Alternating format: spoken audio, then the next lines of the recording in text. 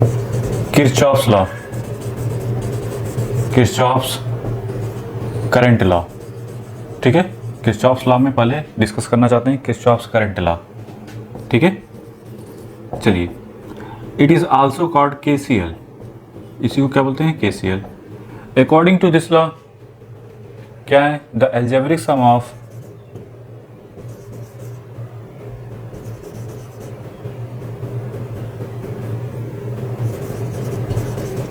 algebraic sum of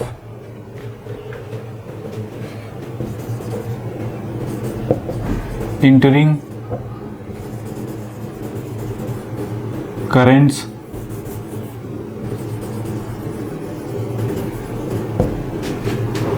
at any node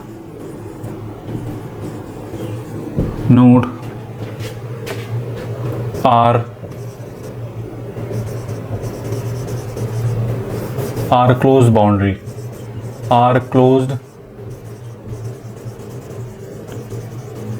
boundary is zero। ठीक है, is zero. इसका मतलब IN this equal to zero, n की value 1 से लेकर कैपिटल N तक। एल्जेब्रिक सम देखो, एट एनी नोड के लिए तो ज़्यादा दिक्कत नहीं है। हाँ, क्लोज बाउंड्री के लिए थोड़ा सा देखते हैं इसका मतलब क्या है। ठीक है, तो पहले इसको समझ लेते हैं एनी नोड का। दिस वन, ठीक है, I1, I2, I3, I4 और इधर से I5। ठीक है, अब ये बताइए इनकमिंग करंट कौन कौन से हैं? एल्जेब्रिक सम बोलने का मतलब क्या होता है? देखो, I1 plus I2 plus I5 सभी इंटर कर रहे हैं, और लीव कौन से कर रहे हैं? I3 और I4। देखो, अगर किसी के दिमाग में आता है कि नहीं सर हम कुछ सबको एक ही मतलब सबको इंटर ही कराना चाहते हैं, तो इसका मतलब इसको ऐसे लिख सकते थे क्या? -I3, अगर डायरेक्शन ऐसा दिखाना चाहते हैं I3 का, और I4 को भी ऐसे दिखा सकते हैं क्या? -I4। क्यों? क्योंकि जैसे मान लो ये अगर ये I3 है तो ये क्या है? -I3 नहीं। तो इसी तरीके से अगर सबको इस नोड पे इंटरिंग कराना चाहते हैं तो I1 plus I2 plus I5, और ये दोनों का क्या हो जाएगा? -I3 और ये -I4, दिस इक्वल टू 0। तो फाइनली आपको क्या मिला? I1 plus I2 plus I5 this equal to I3 plus I4। ठीक है, तो आप कर सकते हैं कि यहाँ पे दूसरे वर्ड में इंटरिंग करंट और लीविंग करंट क्या होगी? सेम होगी। एट एनी नोड, नीचे लिख सकते हैं at any node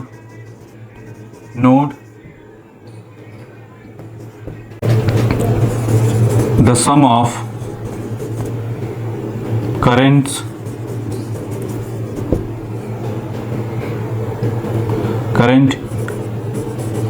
entering a node is equal to sum of current leaving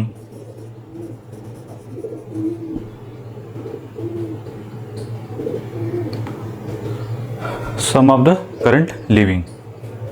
ठीक है, इतना तो फिक्स है कि जितनी करंट यहाँ पे इंटर कर रही है उतनी करंट क्या हो रही है? बाहर निकल रही है। यही इसका मतलब हुआ। अब हम डिस्कशन चाहते हैं कि इसका क्या मतलब है। ठीक है, एक और चीज़ यहाँ से एक और चीज़ निकाल सकते हैं कि किस लॉ पे बेस्ड होता है। देखो, आई को क्या लिख सकते हो? dQ1/dt, ये लिख सकते हो dQ2/dt, इसको d5 ऐसे लिख सकते हो कि नहीं?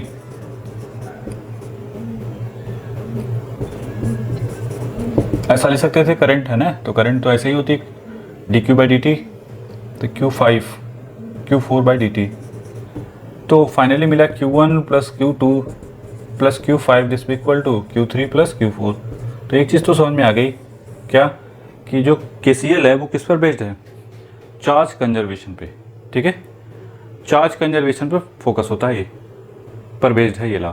तो क्वेश्चन आ जाता है कि चार्ज कंजर्वेटर जो है केसीएल किस लॉ पर बेस्ड है, तो वो किस पे बेस्ड है, चार्ज कंजर्वेशन। और पता चल गया कैसे, नहीं, इधर से Q1 चार्ज ऐसे दिखा सकते हैं, इधर से Q1, इधर से Q2, इधर से Q3, इधर Q4 और इधर Q5। ठीक है, कि जितना चार्ज यहाँ पे इंटर कर रहा है उतने ही चार्ज क्या कर रहा है, उस नोड से लीव कर रहा है, दैट्स वाई। ठीक है, चलिए अब इसका क्लोज बाउंड्री का मतलब समझते हैं। देखिए, क्लोज बाउंड्री का मतलब है कि जैसे मान लीजिए करंट आ रही है, ठीक है,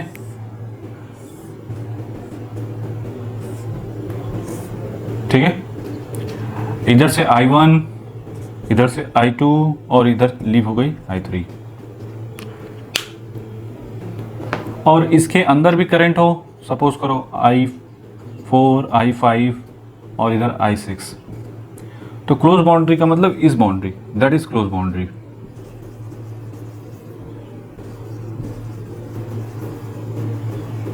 ठीक है, ये होती है क्लोज बाउंड्री।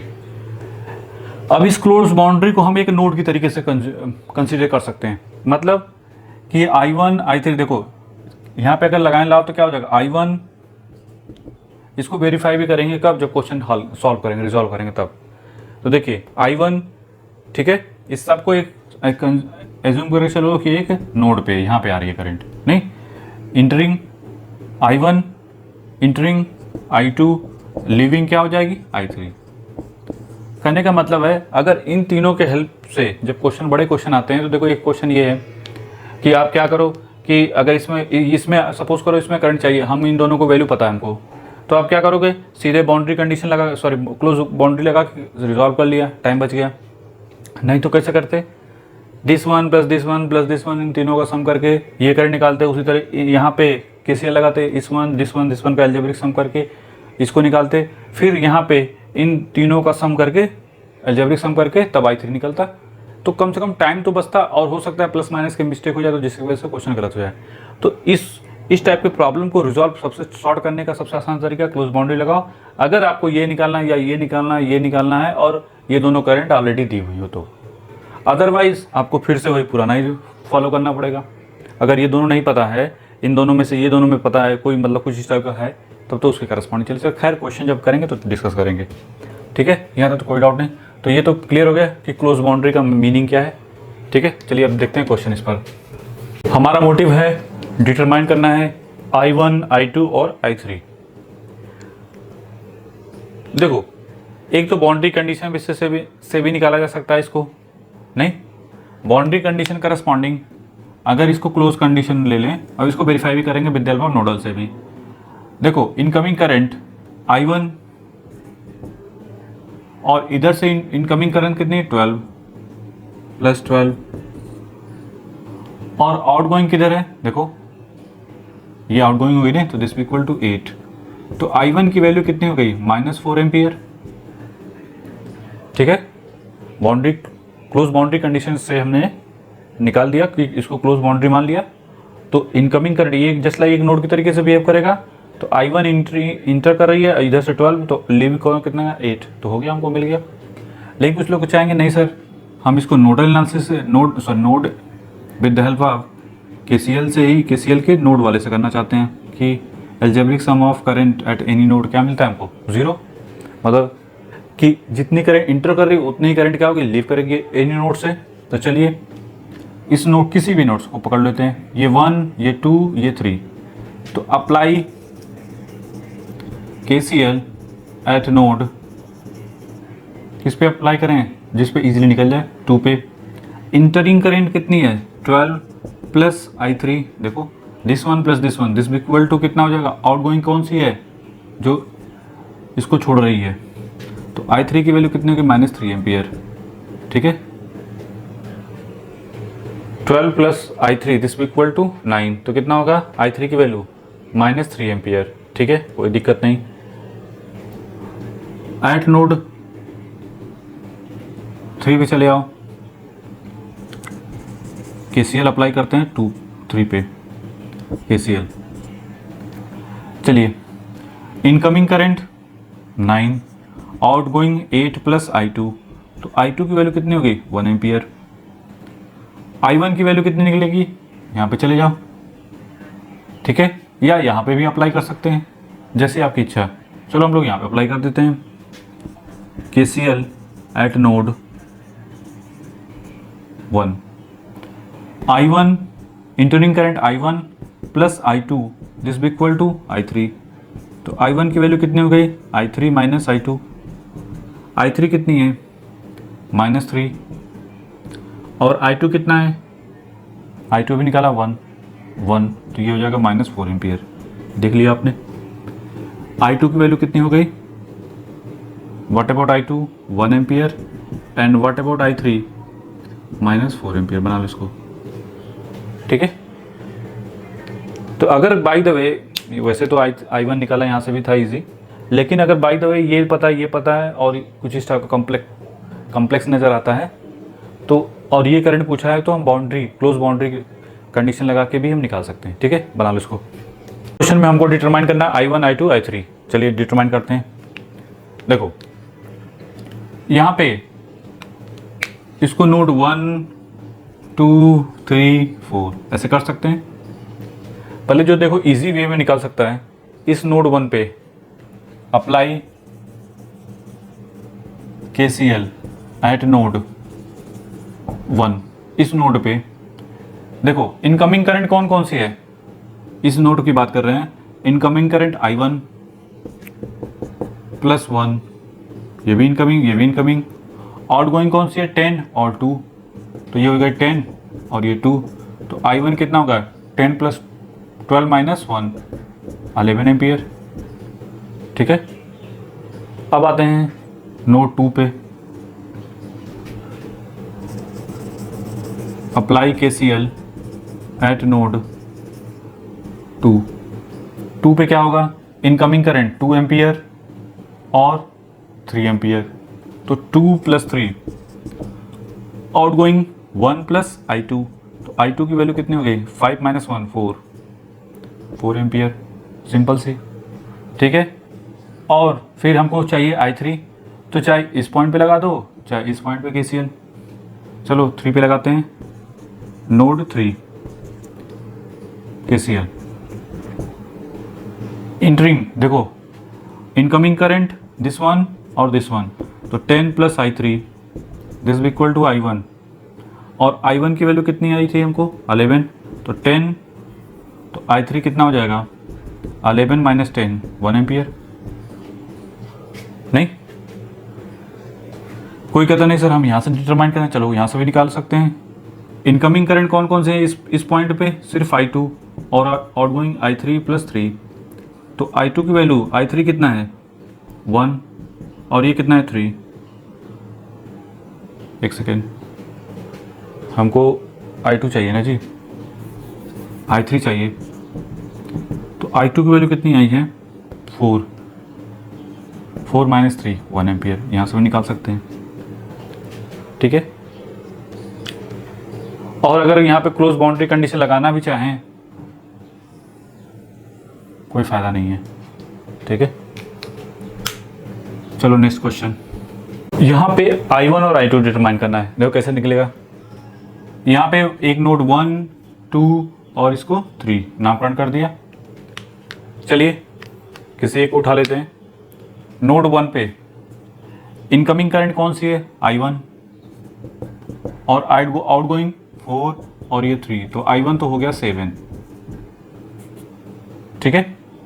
अब आते हैं यहाँ पे, देखिए इस नोड 3 या नोड 2 कुछ कोई पकड़ लो, नोड 3 पे इनकमिंग करंट कितनी है 3 और I2, आउटगोइंग कितनी है देखो -2, तो जैसा दिया उसी करस्पॉन्डेंट लिख लो। तो I2 कितना हो जाएगा, ये उधर जाएगा तो -5 एम्पियर, ठीक है। तो ये हो जाएगा -5 एम्पियर, ठीक है। बनाओ इसको। माइनस का मतलब ये देखो दो तरीके से कर सकते थे, अगर कंफ्यूजन हो तो जैसे -2 एम्पियर दिया हुआ है, देखिए -2 एम्पियर का मतलब अगर ऐसे दिया हुआ है तो इसका मतलब ऐसे लिख सकते थे क्या +2 एम्पियर, ये करंट का डायरेक्शन -2 एम्पियर ऐसे दिया हुआ था, इसी को R ऐसे लिख सकते थे क्या R +2 एम्पियर। अगर दिक्कत हो रही तो ऐसे लिख लो, और फिर इसके बाद यहाँ पे लगा दो। इनकमिंग करंट कितने हैं, दिस वन और दिस वन, तीनों आपकी बार इनकमिंग है। तो I2 + 3 दिस इक्वल टू 0। तो I2 की वैल्यू देखो -5 एम्पियर आएगी, नहीं आएगी, तो भी आंसर सेम आएगा। अगर कहीं कन्फ्यूजन हो प्लस माइनस का तो सिंपल सी बात, -2 का मतलब जस्ट अपोजिट डायरेक्शन, करंट का अपोजिट डायरेक्शन। ठीक है, बना लो इसको जल्दी से। मोटिव है I1 I2 I3 डिटरमाइन करना। ठीक है, चलिए देखते हैं। यहाँ पे आप चाहो तो इसको 1 2 3 4 5 6 नोड असाइन कर दो। इस पॉइंट पे तो खैर दिक्कत है, हमको 2 पे फोकस करना है क्योंकि इससे I1 मिल जाएगा। ठीक है, चाहे यहाँ पे फोकस कर दो चाहे यहाँ पे। इस पॉइंट पे बात करें 3 पॉइंट पे, नोड 3 पे, तो इनकमिंग करंट क्या है 4 और +10 दिस इक्वल टू I1। कितना हो गया I1, 14 एम्पियर। तो ये हो गया 14 एम्पियर, कोई दिक्कत नहीं।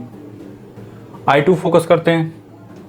I2 के लिए यहाँ पे फोकस कर दो, नोड 5 पे क्या लगा दो, KCL। यहाँ पे KCL लगाया है ना, इतना तो अंडरस्टूड हो ना। चलिए, नोड 5 पे इनकमिंग करंट कौन सी है, 12 और कोई है नहीं। लिविंग करंट कौन सी है, I2 और 14। I2 की वैल्यू कितनी होगी, -2 एम्पियर। चलिए अब यहाँ पे अप्लाई कर दें, एट नोड 6 KCL। तो ये हो जाएगा 14 इनकमिंग करंट, 14 आउटगोइंग 4 + I3। तो I3 की वैल्यू कितनी होगी, 10 एम्पियर। बना लो इसको, ये हो गया 10 एम्पियर और I2 की वैल्यू -2 एम्पियर। मतलब I2 का एक्चुअल डायरेक्शन किधर है, लाइक दिस वन करस्पॉन्ड। इसका मतलब ये हुआ है ना। ठीक है, बना लो इसको।